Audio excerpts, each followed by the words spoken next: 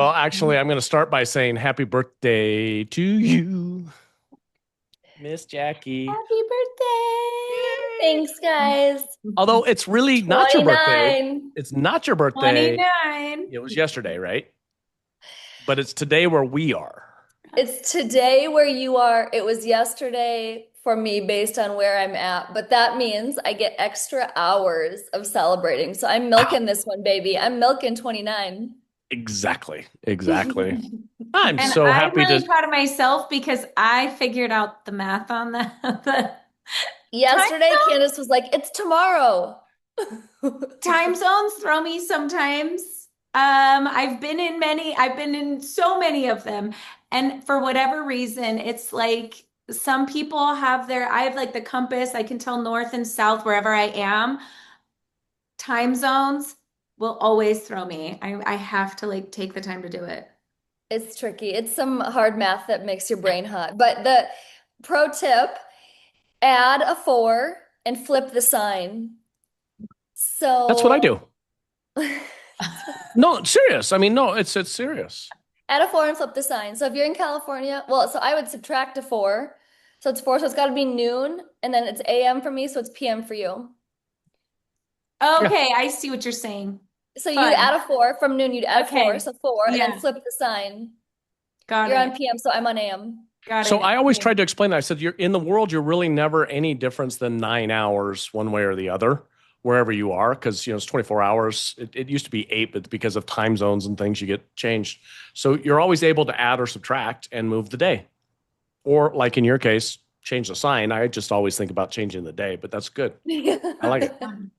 Mine I like is it. which way I'm It's all going. math. It's all math. It is, 24-hour but clock. mine is which direction I'm going. Oh yeah, yeah, yeah. That Like one am I throws ahead of me. you or behind? Yeah. So takeaways for today, if anybody's leaving this lunch and learn, They're like, what is this lunch and learn put about? that Well, in your okay, so it, pocket. it does have some relevance Practical skills. because the people on a standardized calendar are also coming up to a birthday on January 1st where we look at the new year, right? So we're finishing Oh, up way to weave that in. Good this year. I one. know, storytelling. Wow.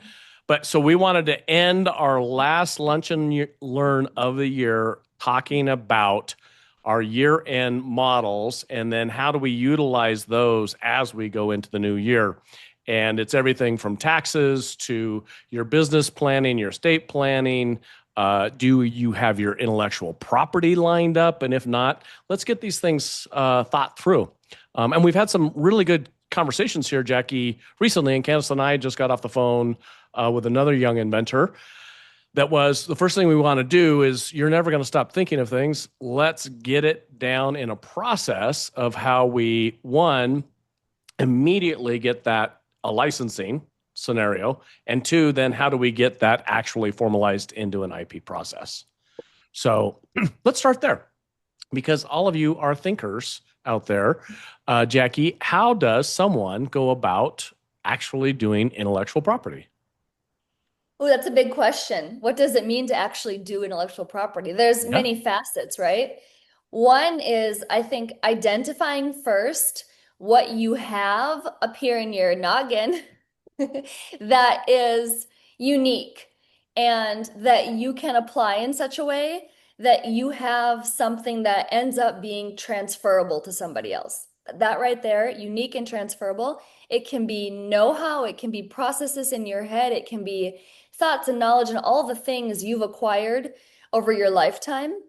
And that is your intellectual property. So, Hmm. one, you got to identify it. What is there that's unique that can be transferable? I love it. So, where does that fit into a capital readiness model? And on the other side, so two-part question, I guess. We're Mhm. talking about how we just recently had a client that I guided through a sale, and initial valuation was 15 million. And by a handful of pivots within that business, within a reasonable period of time, they exited 2 weeks ago for $45 million. And there was a number of things that were, that we were able to guide them through. One of which was what processes and how can we make that intellectual, intangible property that becomes goodwill within that purchase thing.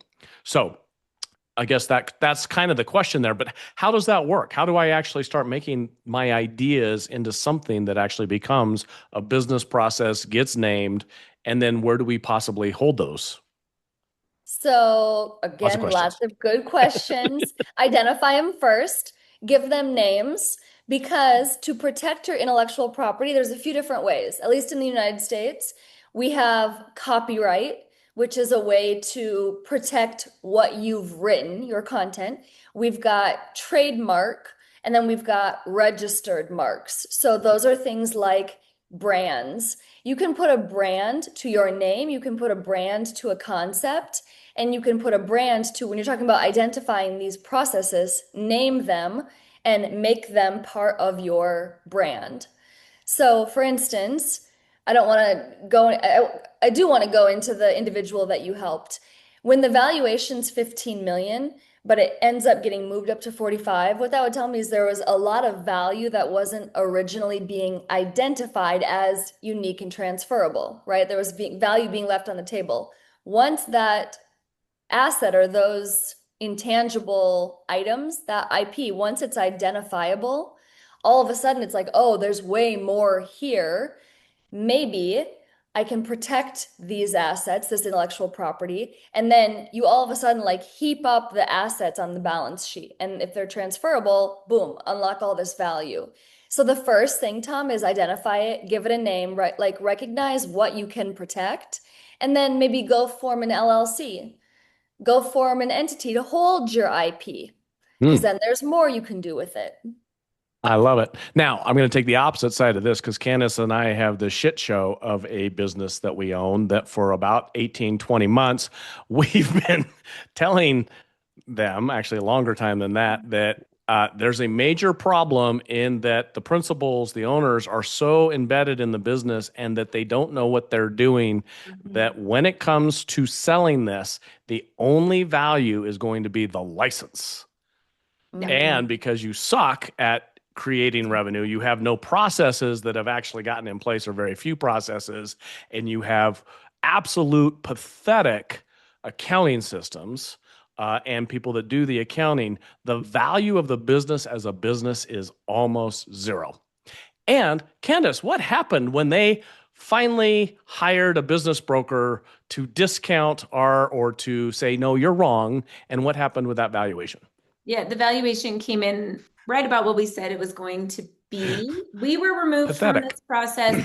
I will say this is an investment we made that we've talked about before, not the specific investment, but when we invest outside of what our expertise is, it typically does not end in our favor. And this is a great example of that. And we just uh, love the opportunity to relearn that lesson over and over and over again. But I would say one of the biggest things we see, and I think it's really important. I know a lot of the people on our calls that listen to our webinars, that watch the recordings of our lunch and learns, they're founders, they're entrepreneurs, they've purchased a business. One of the biggest risks you could be causing to your business as far as valuation goes is being too involved, having your business too dependent on you. That actually devalues your business when your business is dependent on you. And we see it all the time. And now it's something we really, really care about. That's why, yes, we invest in founders. We like to see the passion behind them. But what's the next piece we like to see? We like to see the team. We like to see the people that they've empowered as well, the people behind them. Then we like to see the systems that they've built and developed and the things that make them unique. And so this concept is super important to the beginning when you're in that startup phase. Thinking through that, it's important when you're in the growth phase, raising capital, and it's critical on your exit. It could mean tens of millions of dollars on your exit. Uh, yeah, I mean it is, and the best time to plant the tree is 30 years ago, as you guys, we know that old adage, and I'm saying the next best time is to do it today. The time to start thinking about your exit is at the start. So when we're meeting with the founders, we're oftentimes working with getting the IP aligned from the very beginning. It's not too late when you do it down the road, but it's much better when you go through that, right up front. And then you can get it. Jackie, we have a process that is our process. Actually, we hadn't seen it many other places, is where essentially a founder can license their idea to an enterprise, and then that enterprise becomes the valuable on the balance sheet for the founder that's outside of the company, and that company then licenses it for a value to the enterprise or whatever they're going, and then can license it to other places, so that when a purchaser comes in, they actually have to buy and pay for, because it's actually a line item that, oh, we need to buy that. Mm-hmm. Yeah, it goes back to what's unique and transferable. Oh, I lost you. yeah, I lost Jackie. I lost sound.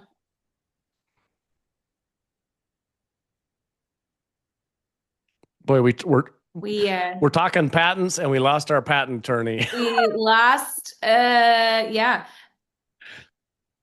Oh my gosh, but it's really funny. I could do Gone. some sort of funny like those voiceover things where the mouth doesn't match the sounds. So okay, I'm seeing in the thing it says the chat is disabled. Yes, we if you guys want to send questions, we've got quite a few questions coming in through the Q&A. The chat is we can send things out. We like Q&A to come in because it helps us keep it organized so that we can make sure if we've answered it, we can mark it. I know sometimes we don't get through all these questions, and already today we've got quite a few. So sound There's check. some coming through. I can actually see them. You Chat can is. see. There we go. I can Yeah. see the questions today for some reason. Oh, you're You're back. back. Yay. Yay. Okay. Yay! You guys let me know when you're ready for me to fire off some of these questions too, but I don't want to break the flow. I know, Jackie, you were still Let walking me finish through. that saying about process. Yeah, okay, so think about a company where the value is like the founder that's there and its team. And there's loose processes, sloppy processes, no processes. What can you hand off to a new buyer? Not much, right? The value is in the person that's there. So you can create exponential value by having everything you do in a process. Have systems, have good systems. It is cumbersome. If it's the number one thing you look at doing in the new year, it is worth the time, the energy, the effort. You and your team look at where you don't have processes yet and then work to get processes in place, because that is hand-offable. That is when a founder can step away, step aside, pivot, work on other things, and hand something to a buyer, and a buyer can go, oh, there's something here for me to work with. So It goes we all back hear to these last. stories. This is, and there's some great questions coming through. So we'll make sure we get through them or try and answer them as best we can. But think of it this way: there are great stories that people hear about founders that when they get sold to a company, they've got a 3-year or 5-year job, and it never ends well for the founder. The founder, most founders, there's some statistic out there, and I won't quote it. There's a statistic that says the majority of founders, after they sell, are disappointed that they sold. And there's Yeah. lots of reasons for that. There are also many other founders, a small minority, that have put everything in place so that when they exit, it was just simply a change of an asset that they owned, because it was no longer their heart and their soul and everything they put into it. They looked at it as the business that it is. And many founders don't run it like that. So they run it like it's an extension of them personally, and they're selling a part of their body or their mind. Whereas in this process, just doing through that IP, and to put it out there, we do have the Founders Law Group. We are not giving legal advice here at this Thank point you. for Good everybody. disclosure. So yes, for the disclosure there. However, we will talk about generalities. We can't talk about your specific, and it's not specific to that, but it is our lessons that we have learned. And the number one lesson is, if you are a founder and you're so wrapped up in the business that you are the business, the value you're going to get is very small. And if nothing else, you're going to get a job, which you're probably going to hate somewhere down the line. So if you can actually separate out those parts from there, you may not even have to stay on as part of the buyout agreement. And so within that, that's because you've been able to set. So for the business that did exit at 3X, part of what happened was through the process of IP and everything else and processes, we were able to show that the founder himself was no longer the value within the mechanism.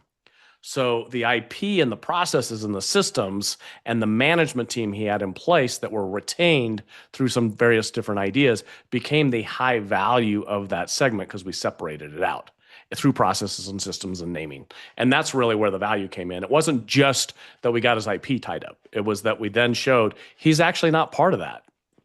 Yeah. Well, so, and you keep referring to exits because that is kind of where we see the real value behind all of this work. But and this isn't one of the questions here, but we're talking about this end of the year.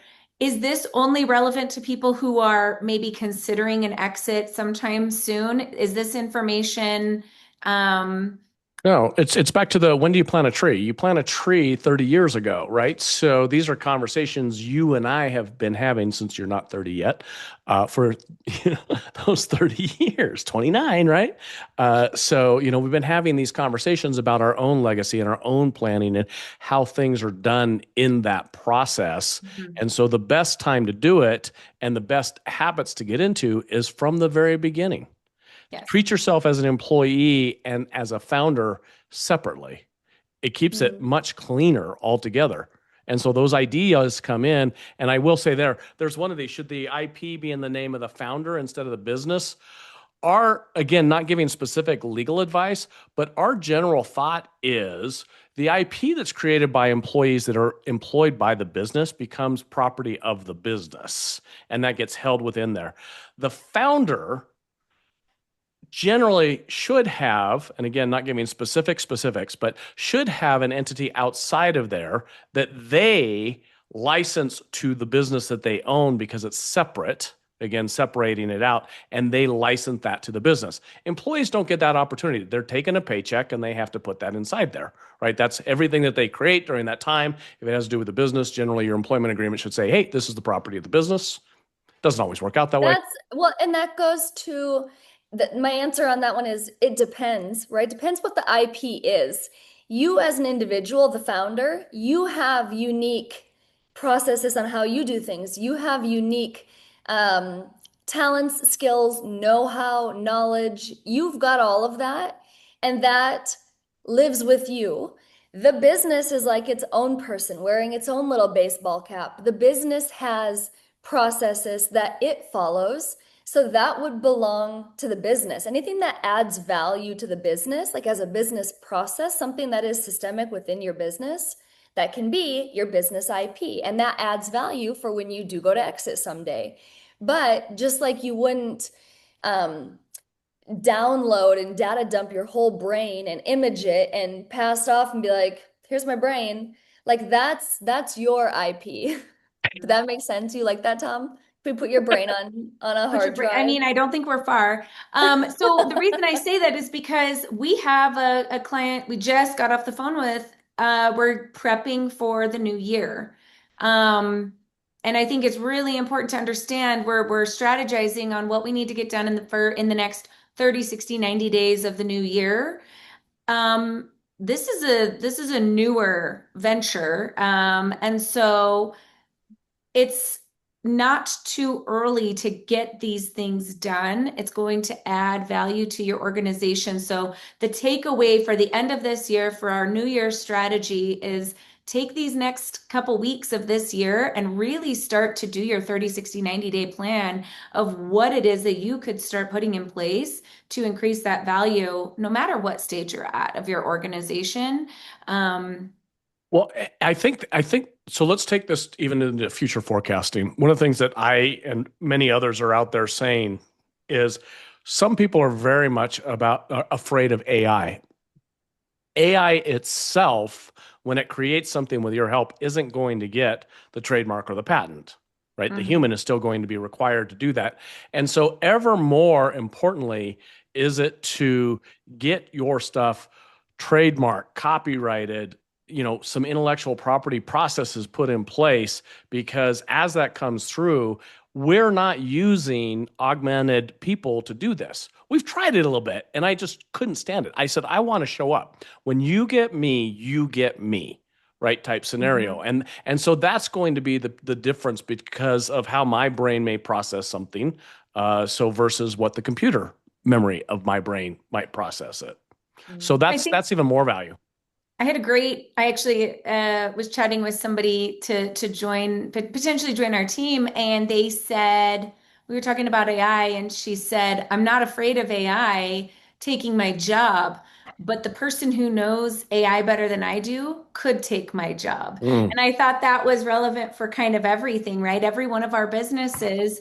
It's not about AI necessarily replacing us, but how can we use AI as an accelerator, which is and then make that process something that is part of your system and your structure Well, and as a help perfect make the example of right that, Candace, one of our recent guests you guys had, I don't think I was actually on. Brian was on, and Mhm. what he's talking about is people who spin wrenches for a living, right? In a most affectionate way, and they're dealing with computers, whatever. And I hear people be like, "Well, I'm a plumber, I'm a mechanic, I'm a gardener. AI is not going to replace me." And I'm like, "Yeah, it is. Not AI itself, but people who use Using AI." AI. We'll be able Yeah. to design faster for the architecture design. They'll be able to get and ask better questions and hear what the person is saying. And so someone's going to come along and utilize that tool, and they're going to put you out of business. Well, And their so, business will be more valuable upon exit for sure, absolutely. or next round of investment. They'll be able to scale because they've incorporated Because AI tools. if you can fix that car faster, Hmm. your mechanic shop becomes more valuable, Hmm. right? And if you can do it with better talent that are able to work on and if it's a super high end car that's very bespoke, even that's still going to require that. You're going to want the best of the best, but that they're also utilizing tools for those type of things. Not in every case, but in almost every case. Yeah. I want to jump to these questions because we've Okay. been getting a lot in, and usually we always run out of time for all the questions. We probably will as well today, but want to get as many as we can in. Um, should you get a trademark before a C Corp or C Corp first? It doesn't need to be a C Corp, but get an entity first. And the reason I say that is because when you go to patent or trademark or copyright or protect, when you go to protect any IP, the USPTO, which is the United States Patent and Trademark Office, they are going to ask you for a demonstration of your idea, brand, phraseology, whatever it is that you're protecting, your IP, they're going to ask you for a demonstration or an example of how it is used in commerce. That's a key thing. If you're not using it in commerce, you're going to have a really, really, really tough time, if not an impossible time, submitting and getting intellectual property approved. Has So to be used in commerce. can we use a really off-brand one? But Sure. Thomas J. Powell itself is not necessarily easy to be trademarked because there's other people that use it out there in commercial use, right? Somebody else could be doing, they could have their web, they could do whatever. But Dr. Thomas J. Powell was not being used in any land of that we could find out there. So we submitted that, Mhm. right? And Mhm. then that is owned by an IP company that I have because it licenses that to be able to use out there. Is that right? And why is that intellectual property? Why was Dr. Thomas J. Powell? This is a little bit of a trick question. Why was that something that was protectable? It's a great question. I don't know. I asked you, No, and it's you your said brand. yes, we It's could. part of your It is my brand. It's brand. brand recognition. It is your name. It is your brand recognition. And because it's your brand recognition, you are using it in commerce. Yeah. You're hoping that that name, Dr. Thomas J. Powell, is recognizable and someone will say, "Oh, I've heard of him. I'd like to work with him. I'd like to hire him for consulting on this." And that becomes commerce. And it's Prince or it's Share or it's anything that becomes those just unique places. But, Tom Powell isn't in of itself a trademarkable. Now, I could trademark a logo that's with that in a special Yeah. way, right? Yep. But I couldn't necessarily trademark or register the name. But Dr. Thomas J. Powell, I was able to register. Yes. Because it is unique and because you use it in commerce. Yeah, cool. We've got a question regarding patents, and I think this was back, you guys were talking about some various steps. When should a patent be done in those three steps? I don't know what 3 steps we were talking about. When should a patent be done? So a patent is a little different than a trademark or a registered mark or a copyright. A patent, let me actually Google this because there's more of a specific definition for a patent, and I believe a patent applies more to a specific idea or process. Hold Right. on. It's process driven generally. The Okay. trademark would generally be the naming of it. The patent is actually the process itself or the product itself. It's also very specifically tied to an invention, and it's for a limited period of time. Whereas other things have a durable nature where they may, like if you trademark something, it may be trademarked in perpetuity. A patent is something that is limited in duration, so it may expire. So the patent, link it directly to an invention. So if I'm answering that question, when should a patent be done? Again, remember, go back to something that's uniquely identifiable and transferable. Have you invented something that is unique and transferable? Then go get a patent. At least start your patent application. You're going to have to show, I believe, what makes your invention unique. Why is it distinguishable from something else that already exists? But if you've got that, if you can identify that, start your patent application now. So Naga's got a question, how to change culture, or is it typically better to start independently, especially as a minority owner in the cap table? If you're a minority owner in the cap table, so we're gonna be making some assumptions and you can clarify it. If you're a minority in the cap table and you haven't already put this in place, you may have to come in and say, this is something I'd like to give to the company as, intellectual property, and here's the licensing agreement, or vice versa. It's very hard once it's been done to put it there. Now, if there's other owners within there that are the actual principals that are inside the company, you may be able to come to a conversation. This is something we actually help people through with the negotiations at times, is you may be able to come to a win-win-win, which is they've also got, and they're like, hey, let's all put our processes in here and let's get them named. We're working with this on one of our other clients, Jackie, where it's like, they've got IP. Where do we get joint IP? Where do we get, releases for this type of stuff? And one of them was a minority owner that had actually walked us through that process. So that's a really vague scenario, but what it is once you have investor one and they've come in and you don't have that in place for something that's already there that they invested in, they already own that within their investment committee, and I wouldn't screw around with that. But in future processes, or if you don't have any investors, then that's an easier thing to do. Going forward, then you just want to have that negotiated. And again, relative to your employees or not your employees, 3M has a list of patents that came out because of their employees that they paid for that are scientists within there, and that's part of the company's intellectual property. They then set up, bonuses and other things to pay people out for that.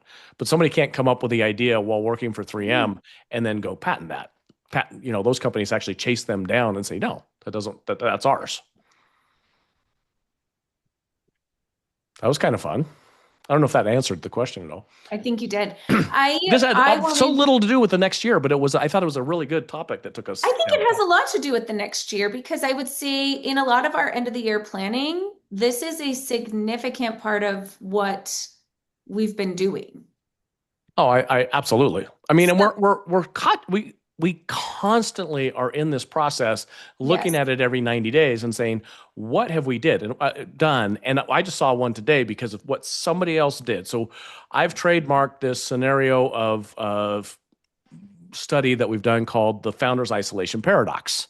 And we've come up and we've talked this through with the team, and boy, I have certainly lived it, but most every other founder has lived it. But we named it because that's partly what academia does. And so take my real world and name it. And I saw someone talking about a process or a thought process in their world with entrepreneurs. And they're like, hey, here's this Venn diagram. And I'm like, what'd be so much easier to come up with that is to use a Venn diagram when explaining the founder's isolation paradox. So we draw it out. It's like, this is new intellectual property for us. So it's taking our process. So no one else would have been able to use founder's isolation paradox, but now we can better explain it in an easy way in a photo, and that is new intellectual property, right? Talk about how that adds value to a company. Like, say, let's suppose we were going to exit in 3 to 5 years.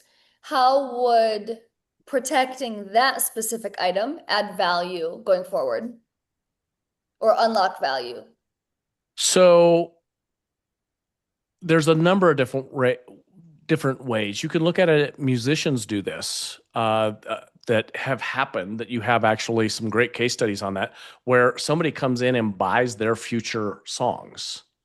Mhm. And there's a great case study on that. That was one of the first releases of that. You have people like uh, Nightingale Conant, Earl Nightingale, and you have people like Anthony Robbins and others that have done that and became extremely wealthy off of their intellectual property. And you'd think, hey, Anthony Robbins is a trainer, right? You got to have Anthony Robbins to deliver it. But no, that training became a valuable piece. John Maxwell, I'm told, is one of the wealthiest from doing that. So here's the number one business guru of all times, has all these processes to have other coaches out there selling his stuff, and then sells that business to where essentially John is as I understand, I'm not speaking out of fact or knowledge, but he's essentially an employee at this point with his name on the building, but he doesn't actually even own that process anymore. So that's a Well, we've been huge talking value for about, something that's intangible. yeah, we've been talking about intangible assets and unlocking value. If you don't have it protected and you have no intellectual property around the founder's isolation paradox, for example, and you go to sell someday, that's not an asset that can hit a balance sheet. That's not an asset that can be sold. It's not anything of value. So you'd probably hold it back. It wouldn't occur to the buyer like, oh, I have a teachable concept here. A teachable concept becomes a saleable product. Mm-hmm. Absolutely. A teachable concept becomes a saleable product. So by protecting it, you've given your company an additional asset that is unique, identifiable, and someday can be transferred. It Dan, also takes them being out of the whole organization being fully dependent on them, it which is absolutely does. such a killer to value, to raising capital, wherever you're at in your stage of your organization. If they can make their presence what they say, I mean, these are coaches, right? Which seemingly on the surface would be, this isn't scalable. This is your one person. This isn't duplicatable. This isn't something you can add value to. What they've been able to do is they've been able to make it a system and a process. They've been able to make it a product now that is something that is valuable outside of just them as a person. They've been able to somehow take themselves and remove the dependency on them from their business. And that is a very important evaluation for all owners to be doing, all founders to be doing to increase that value. Well, I'm going to use this one. I don't think you were on the call, but you kind of got dragged into the last of the call yesterday, Candace, with John Asseroff.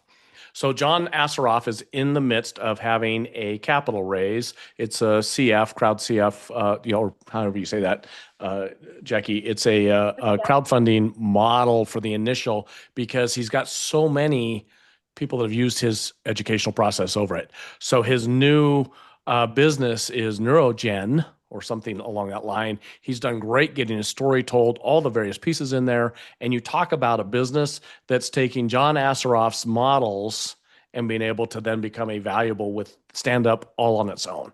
And that's a cool deal. And then other people that are buying his products or people that know him are able to invest and have a win in that scenario. And so that's how you're seeing this intellect become even more valuable than it's ever been before, and the processes and systems within there.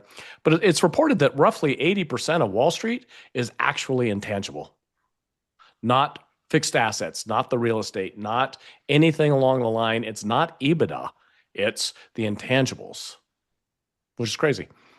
Okay, Gilbert, asked us about a graphene supercapacitor.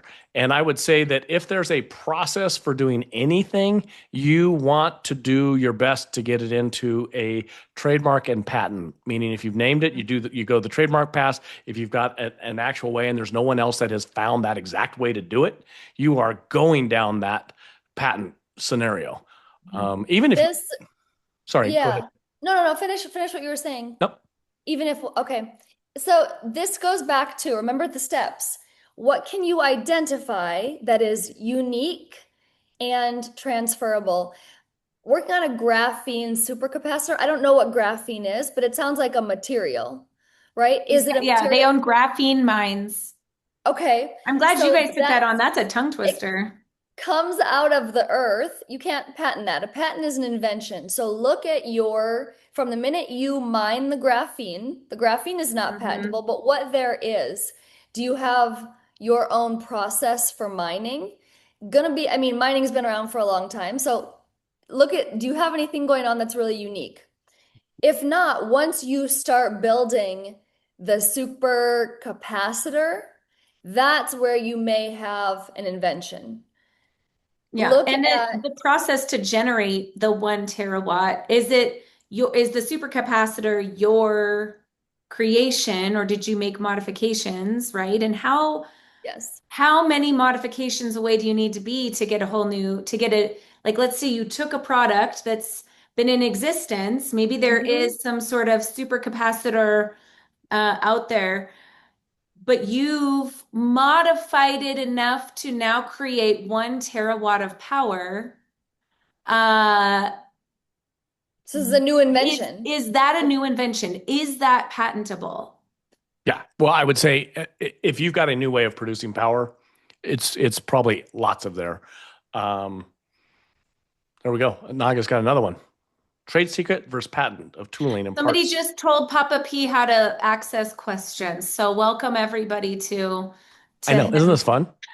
They shouldn't have done that. I don't think you Who guys. showed you where the buttons were? I don't think you guys gave me access before now. No. I think this is an error Somebody in the gave him system. buttons and they showed him how to push them.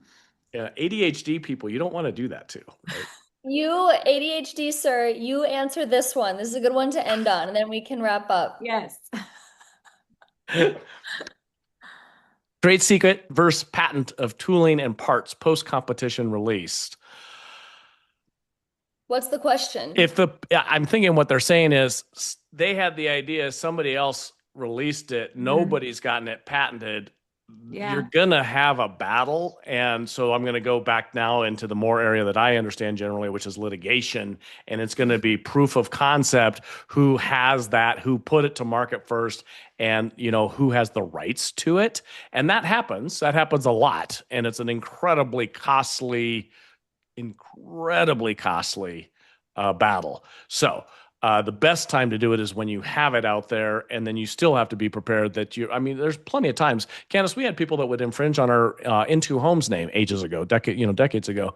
And so we'd have to go out there, and they liked our name Into Homes, and they'd use it for their other services. And we're like, no, that's a trademark. Sorry. And they'd be like, oh, but I'm doing this other thing and nope, doesn't work. So we didn't just trademark the whole name, we trademarked parts of the name as well. That became things. Yeah. So that's kind of that there. But that end goes of the year. to the point of doing it early enough, get it done. And then, so, because what you don't want is to go into that battle. So that's why we say, don't wait till you're planning to exit. Get these things done as soon as you can. So question for you there. At the founder's office, we oftentimes are invited to people that are starting or growing their companies, early stages, or as we say, generally we're in the 10 to 100 million. Early stage, yeah, but we're in the 10 million young. to 100 million space, but we get a lot of early stage people. Part of what we really do in the value add is we take the group that are at 10, 25, 50 million, and we help them systemize themselves. So it ends that founder's isolation paradox, mostly because it gets the founder out of the processes, right? It gets the intellectual property tied up, which, whether they're going to exit or not, makes the company tremendously more valuable and gives that founder a much much higher quality of life, and their family much higher quality of life. And it gives them legacy building, and it takes a look at, what's it going to look like for my family if something happened to me type scenario. All of those pieces get answered within there. And that's what we really do at the founder's office. So I know we push the pitch decks and how do you tell a good story. It's always about telling the good story, but the good story is really only there if you've got the processes down. And this adds tremendous value when you're going into a capital raise or any sort of growth opportunity. If you're looking for any sort of financing or whatever it is, it's a great reason to do this. I think we do look at a lot of pitch decks. But what I tell people is we look at a lot of pitch decks, but pitch decks make up like this portion of what we actually do. We are helping you with your storytelling, but what we're really doing is we're strengthening the story that's behind you. And that is all this back end work that is adding the value, tightening up your organization, because it just adds to one, your life, but also the value of your business. And so there's always a good reason to do that. You guys have 2 weeks. We've got 2 weeks of this year to plan for what it is you're going to do Q1 to add value to your business. And so I really hope that today was a great takeaway from, this team. So I saw the one question. It said, it was a thing there for John McEnroe with "you can't be serious."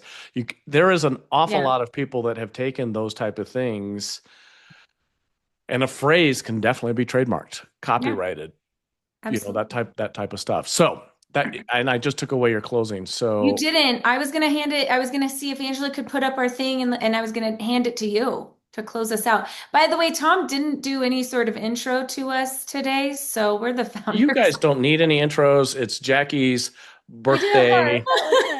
And by the way, I'm going to do a shout out celebration. I'm going to do a shout out there too, because one of my other favorite little people in the world is a birthday coming up this week. So the mother of that little person gets to celebrate that as well, which is awesome, because that's actually the people who should get flowers on the child's birthday. Yes. So Jackie, Happy Mother's Day. Jackie, we need your mom to get flowers for yesterday. She's here, so today. Tell her Happy Mother's Day. Happy Mother's Day. Yes. Denise, Happy Mother's Day. So Candace, Happy Mother's Day this next week. And thanks. Okay, Dad, focus on the thing. Do you see the screen? What am I supposed to do? You're supposed to close us out. You didn't open us or anything today. You just went wild. We were right. Okay, I'm gonna tell you the story. So we were right in the middle of a story. As we were there. Here's my ADHD. If you guys don't care to listen to it, it's okay. But so I get a letter in the mail about my uncle has passed away, and I've got to prove, my lineage to him. Now, he was a Catholic priest, so I don't think that there's a lot of things there, but he was the keeper of family mementos and pictures and things. So, but the lawyers won't get there. And I told this funny story that when I was 12 years old and I didn't have, my parents around, I wrote my uncle, I'd found his address, and I wrote my uncle a letter and said, I've bought a ticket on United. He lived in Denver, and I'm flying out to see you. I will arrive XYZ date. Now, I didn't have his phone number. He did call back at this point, but this was that that was the story. And I actually did show up, sleep on his floor, got to meet my uncle, and I was 12 years old. So but it was a different times. So what did you say, Candace? What did you say? It was closer to the times when you sent your children with a pin on their shirt when they were orphans to someone else. Through the United States Postal Service, you could send children through the mail, I think until like the 60s, through the United something. I'll fact check it, but you could send children through the United States Postal Service. Maybe it wasn't the 60s, but it was longer than I thought. And I was like, this was closer to that time than it was to TSA pre-check. So look at that. Now you got to be through there. Parents got to wait there till the plane takes off. And then when it lands, different things. Tag your kid with a code and stuff. As Xers, we actually drank out of hoses of your neighbors who you didn't even know. Totally dangerous times back then. So anyway, with that. Love when that first hose hit came in when it was like 90 degrees on a July day. And it's hot. You're like, ooh, this is nice. And you did not have to know your neighbor, by the way. You just were anywhere. You walked up to the hose bib, you grabbed the hose, and of course the answer was you could. So Okay, and I fact checked myself. I was wrong. It was 1915. Still feels a long time to be sending kids through the postal service, but there you go. All We yeah, have right, one so more really great now question, guys. it says, where do we find the link? Angela, where do they find the link to the show? I have no To idea. register for future events. I hear this is yeah, monthly. it's Starting January weekly. 7th, yeah, it's weekly. We're taking 2 weeks off for Oh, the holidays, December 24th and 31st. We're giving holiday time back to everyone. Then January 7th, we're picking it back up. We will be weekly on Wednesdays at this time, noon Pacific, 2 Central. And Angela's typing an answer to that And what one. time is it Bali time? What time is it Bali time? In Bali, it is 4:45 a.m. Okay, there you go. Do the well, math, great Candace. comment. Thanks for asking that. I appreciate that you would ask that after this. Now for the 85th time, Papa P, can you close All point? right. Happy Look down at Chanukah. your screen. Look Happy. at your screen. You've got links. Tell them about the links. Ah, you can send stuff to us at foundersoffice.com. And yes, Goer, if you want to raise capital, that is what we help with a lot of cases. And you can actually run your pitch deck. We have a piece on there where you can drop it in and have the pitch deck come back. And one of our people will give you, by our 6 C's, some feedback on what that is. So that is our trademark piece that we go through about how we've systemized how you Angela, actually raise you're up. capital. Angela, you're on there. Angela. Your screen's totally there. All right. Wrong screen. There we go. This is fun. I've had a great time this year. Thank you so much. We're going into 2026. We're going to take a break over these holidays, and I can't ski because there's no snow up in Tahoe. So I'm going to Arizona to ski. He's So getting out of our hair. Thank you guys for joining us today. We look forward to seeing you in the new year. Please send your pitch decks in. We will be offline for 2 weeks, but looking forward to getting you guys those reviews back. And we do occasionally host live pitch reviews. So if you're interested in being a part of our live pitch review, let us know. we answered 11 questions today. I'm so proud of you. So You good. I know. almost stayed on topic. All right. Talk to you guys later. See you Thank later, you. Jackie. Happy birthday. Bye. Bye. Thank